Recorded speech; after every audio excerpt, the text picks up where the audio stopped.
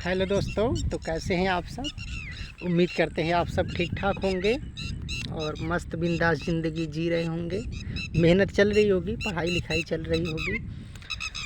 और काफ़ी दिनों तक मैं यूट्यूब पर नहीं आ पाया, कुछ कारण थे, आप भी समझ रहे हैं। यूपीएससी की जर्नी ऐसी है कि अच्छों को निराश करती है और अच्छों को खुश भी करती है। हुआ था, मैंने तो पहले ही वीडियो में बताया था कि मेरा नहीं हो पाएगा। जब आप एग्ज़ाम हाल से निकलते हो, खैर आज तो 3 जुलाई है, जब 25 मई को मैं एग्ज़ाम हाल से निकला था तभी पता हो गया था नहीं निकलने वाला है, पेपर ही गड़बड़ गया था मेरा। हालांकि कुछ पढ़ने में मिस्टेक हुई थी, तो मुझे इजी क्वेश्चन भी मुझे कठिन लग रहे थे, क्योंकि मैं पढ़ा ही नहीं था उस लेवल पर जिस लेवल की रिक्वायरमेंट थी। तो नहीं हुआ, वही 11 जून को रिज़ल्ट आया, नहीं हुआ। फिर उसके बाद फिर मैं जब 25 मई को जब मैं निकला हाल से कि नहीं हुआ, तो मुझे ये था कि अब घर पर कैसे फेस करेंगे। आदमी 1 साल मेहनत कर रहा है, घर का उम्मीद था कि निकल जाएगा, नहीं हुआ। तो मैंने क्या किया, मैंने डिसाइड किया कि मैं 1 महीना बनारस रहूँगा। और मुझे पता था कि रिज़ल्ट आने के बाद मैं कम से कम कुछ दिन तो एक तरह से होता है ना कि आप रीस्टार्ट तो करेंगे। खैर जब करना यूपीएससी ये तो करेंगे, लेकिन थोड़ा दिन का ब्रेक चाहिए होता है। सबसे अकेला होकर आराम से आप रिलैक्स रहो, सोचो कहाँ गलती हुई, उसमें सुधार करो, फिर से स्ट्रेटेजी बनाओ कि किस लेवल पर किस स्तर से पढ़ाई करनी है।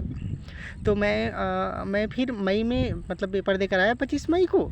फिर 4-5 दिन घर रहा, फिर बनारस शिफ्ट हो गया 1 महीने के लिए। अभी रिसेंटली 3-4 दिन पहले ही आया हूँ। आज 3 जुलाई है, मैं आया था 25-26, मैं तो आया था खैर 29 जून को आया था। तो 3-4 दिन हो गए हैं आते हुए।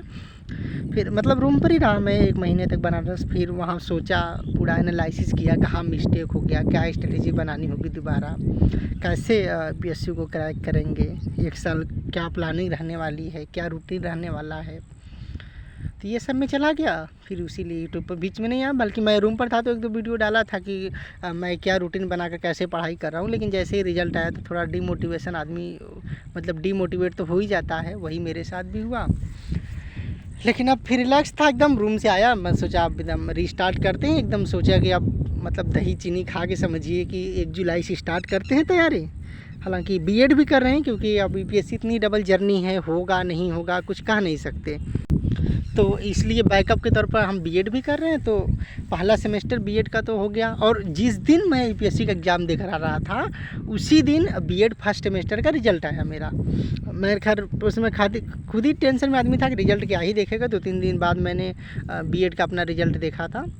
तो फिर ये था, अब जैसे बनारस से आया कि अब 1 जुलाई से स्टार्ट करेंगे, तो ऐसे ही अब सेकेंड सेमेस्टर बीएड का शेड्यूल आ गया एग्ज़ाम का। तो मेरा कल 4 जुलाई है ना, कल 4 को, 7 को, 9 को मेरा एग्ज़ाम है सेकेंड सेमेस्टर बीएड का। तो ये खैर अब एग्ज़ाम तक मान लीजिए 9 तक तो मैं नहीं पढ़ पाऊँगा, बीएड का ही देखना पड़ेगा भाई। एग्ज़ाम सर पर है, एग्ज़ाम तो एग्ज़ाम है। तो इधर ही मैं मान के चल रहा हूँ कि 9 को एग्ज़ाम ख़त्म होगा, 1-2 दिन का ब्रेक लेंगे, उसके बाद ही रिस्टार्ट करेंगे। फिर से स्टार्ट होगा यूपीएससी का जर्नी। इतना जल्दी कहाँ कोई हार मारने वाला है। लोग 5-5, 6-6 अटेम्प्ट में निकाल रहे हैं, मेरा तो पहला ही अटेम्प्ट था। तो हालांकि नर्वसनेस होती है, आपकी एनर्जी तो ऐसी रहनी चाहिए कि पहले ही अटेम्प्ट में आप एकदम फोड़ दो, लेकिन नहीं हो पाता है भाई। वो सबके बस की थोड़ी ना मिरेकल कर पाना, तो वही है फिर। लेकिन नहीं, हार तो नहीं मानना है। भले ही कोई अलग मजबूरीवश कोई अलग आदमी नौकरी कर ले, लेकिन अंततः जाना तो उसी जगह है, तैयारी उसी की करनी है, कर भी रहे हैं। तो इसी कारण से मैं यूट्यूब पर कुछ दिन नहीं आ पाया, आप लोग से नहीं मिल पाया, बातें नहीं कर पाया।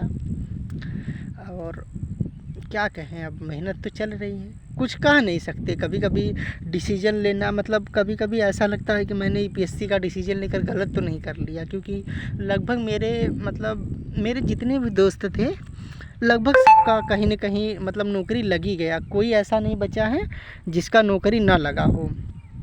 सरकारी नौकरी लगी, लगभग सभी की सरकारी नौकरी, अच्छी जॉब है, 80,000, 90,000, किसी किसी की तो लाख रुपए की सैलरी है।